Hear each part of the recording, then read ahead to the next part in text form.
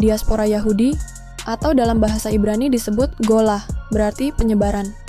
Dalam konteks ini juga dikenal sebagai tefutsah, yang berarti persebaran, atau galut, yang berarti pengasingan.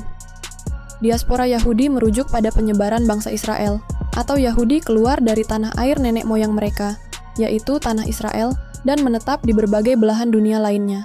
Dalam Alkitab Ibrani, istilah pengasingan merujuk pada nasib orang Israel yang diusir dari kerajaan Israel pada abad ke-8 SM, dan orang Yehuda yang diusir dari kerajaan Yehuda pada abad ke-6 SM. Selama periode ini, orang Yehuda mulai dikenal sebagai orang Yahudi, atau Yehudim. Pengasingan pertama dikenal sebagai pengasingan Asyur. Peristiwa ini dimulai pada tahun 733 SM oleh Tiglat-Pileser III dari Asyur, dan selesai pada tahun 722 SM oleh Sargon II, dengan kehancuran kerajaan Israel. Pengepungan Samaria selama 3 tahun yang dimulai oleh Shalmaneser V menjadi titik akhirnya.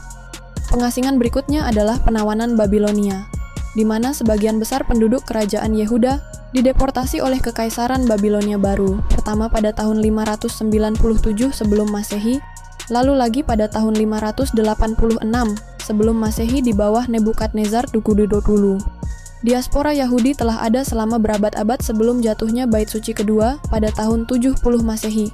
Pada periode Bait Suci kedua, sekitar tahun 516 sebelum Masehi, 70 Masehi, diaspora ini dipengaruhi oleh berbagai faktor, termasuk perang, perbudakan, deportasi, dan peluang dalam bisnis, serta perdagangan. Sebelum pertengahan abad pertama komunitas Yahudi besar sudah tersebar di Yudea, Suriah, Babilonia, Mesir, Kreta, Kirenaika, dan bahkan di Roma sendiri. Pada tahun 6 wilayah Yudea diorganisasi sebagai provinsi Romawi. Namun, penduduknya memberontak terhadap Kekaisaran Romawi pada tahun 66 dalam Perang Yahudi Romawi pertama. Pemberontakan ini berpuncak pada kehancuran Yerusalem pada tahun 70 ketika Romawi menghancurkan Bait Suci kedua dan sebagian besar kota tersebut. Kehilangan pusat simbolis Yudaisme ini menjadi momen penting. Peristiwa ini memotivasi banyak orang Yahudi untuk merumuskan kembali identitas mereka, menyesuaikan diri dengan prospek kehidupan di pengasingan yang tidak terbatas. Pada tahun 132 Bar Kokhba memimpin sebuah pemberontakan melawan Kaisar Hadrian. Pemberontakan ini terkait dengan keputusan untuk mengganti nama Yerusalem menjadi Aelia Capitolina. Setelah 4 tahun peperangan yang melelahkan, pemberontakan tersebut berhasil dipadamkan, dan orang-orang Yahudi dilarang memasuki Yerusalem. Selama abad pertengahan, migrasi dan pemukiman kembali menyebabkan komunitas Yahudi terbagi menjadi 2 kelompok regional utama. Kelompok pertama adalah Ashkenazi, yang berasal dari Eropa Utara dan Timur. Kelompok kedua adalah Sephardi, yang berasal dari Iberia, sekarang Spanyol dan Portugal, Afrika Utara, dan Timur Tengah. Kedua kelompok ini memiliki sejarah yang paralel. Mereka berbagi banyak kesamaan budaya, namun juga mengalami berbagai tragedi bersama.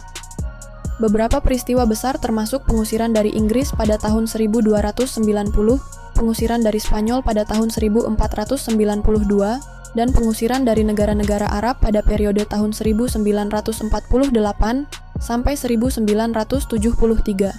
Meskipun mereka memiliki praktik budaya yang berbeda sesuai dengan pengaruh populasi lokal, seperti pengaruh Eropa Tengah pada Ashkenazim dan pengaruh Hispanik serta Arab pada Sephardim, kedua kelompok ini tetap memiliki agama dan nenek moyang yang sama.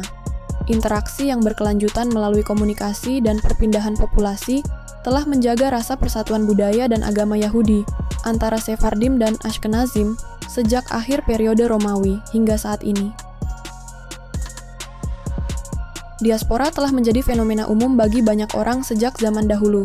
Namun, yang membedakan diaspora Yahudi adalah konotasi negatif, religius, bahkan metafisik yang sering dikaitkan dengan penyebaran dan pengasingan. Atau galut. Kedua kondisi ini sering dianggap sebagai satu kesatuan. Istilah diaspora dalam bahasa Inggris yang mulai digunakan setidaknya pada tahun 1876 memiliki makna yang serupa dengan kata Ibrani galut, tetapi dengan perbedaan konotasi yang jelas. Diaspora dalam bahasa Inggris tidak memiliki padanan tradisional dalam bahasa Ibrani. Menurut Stephen Bowman, diaspora di zaman kuno mengacu pada emigrasi dari kota asal leluhur. Komunitas yang bermigrasi tetap mempertahankan ikatan budaya dengan tempat asalnya. Sama seperti kota-kota Yunani yang mengirimkan kelebihan populasinya, Yerusalem juga melakukannya. Namun, Yerusalem tetap menjadi pusat budaya dan agama, atau disebut Ir Va'em Be-Yisrael, bagi komunitas-komunitas di luar negeri. Dalam Alkitab, diaspora dapat memiliki dua arti. Yang pertama adalah gagasan menjadi terang penuntun bagi bangsa-bangsa dengan tinggal di antara orang non-Yahudi. Yang kedua adalah pengalaman menyakitkan pengasingan dari tanah air. Diaspora dalam arti pertama melibatkan status warga negara atau penduduk asing yang bebas. Sebaliknya, galut menggambarkan hidup sebagai minoritas yang direndahkan, tanpa hak di masyarakat tuan rumah. Kadang-kadang, diaspora dan galut dibedakan sebagai pengasingan sukarela versus tidak sukarela. Diaspora, dalam beberapa konteks, memiliki sisi politis yang merujuk pada penyebaran geopolitik. Meski tidak disengaja, diaspora dapat memiliki makna positif. Sebaliknya, galut bersifat teleologis, mengandung rasa keterasingan yang mendalam. Daniel Boyarin mendefinisikan diaspora sebagai kondisi di mana seseorang memiliki kesetiaan budaya ganda yang menghasilkan kesadaran ganda. Kondisi ini adalah realitas budaya yang tidak tergantung pada sejarah tertentu. Sementara itu, galut menggambarkan situasi eksistensial yang mencerminkan pengasingan. Ini memberikan pandangan psikologis yang lebih mendalam tentang pengalaman kehilangan tanah air. Kata Yunani diaspora atau dispersi pertama kali muncul sebagai neologisme dalam terjemahan Perjanjian Lama yang dikenal sebagai Septuaginta. Istilah ini disebut sebanyak 14 kali. Salah satu contohnya terdapat dalam ayat si diaspora en paces Basilies tis gis yang berarti engkau akan menjadi diaspora atau tersebar di semua kerajaan di bumi. Ulangan 28-25. Istilah ini menerjemahkan kata Ibrani leza awah yang akarnya berarti masalah atau teror. Namun, istilah ini tidak pernah digunakan untuk menerjemahkan akar kata Ibrani GLT, GLH, yang menjadi dasar kata galah, golah, dan bahkan galuh. Dalam Tanakh, golah muncul 42 kali, sementara galuh disebut dalam 15 bagian. Penggunaan pertama kata galuh tercatat di 2. Raja-Raja 17:23 merujuk pada deportasi kaum elit Yudea ke Babilonia. Stefan Dufour, setelah meninjau bukti-bukti tekstual, menyimpulkan bahwa galuh dan diaspora berasal dari dua leksikon yang sangat berbeda. Galuh merujuk pada episode-episode historis yang dapat diketahui tanggalnya dalam sejarah Israel. Istilah ini digunakan untuk situasi pendudukan asing, seperti penawanan Babel, yang menjadi konteks mayoritas penggunaannya. Sebaliknya, istilah diaspora jarang merujuk pada masa lalu atau peristiwa sejarah tertentu, termasuk Babel. Diaspora adalah istilah untuk hukuman, tetapi penyebaran yang dimaksud bersifat potensial. Itu adalah ancaman bersyarat, tergantung pada apakah bangsa Yahudi melanggar hukum Tuhan. Karena itu, diaspora lebih merupakan konsep teologis, bukan bagian dari domain sejarah. Dalam literatur Rabbinik Talmud dan Pasca Talmud, fenomena ini dikenal sebagai galut atau pengasingan. Istilah ini memiliki konotasi negatif yang kuat, seringkali dikontraskan dengan geula, yang berarti penebusan. Eugene Borowitz menggambarkan galut sebagai kategori teologis yang fundamental. Pada tahun 1930, akademisi Zionis Yahudi Amerika, Simon Rawidowicz, memperkenalkan konsep modern Tefutzot, TPVT-SVT, yang berarti tersebar. Rawidowicz berpendapat bahwa kehadiran Yahudi di luar tanah Israel harus diterima sebagai realitas modern dan keniscayaan. Istilah Yunani untuk diaspora, juga muncul 3 kali dalam Perjanjian Baru. Ini merujuk pada penyebaran Israel, terutama 10 suku Israel Utara yang berbeda dengan kerajaan selatan Yehuda.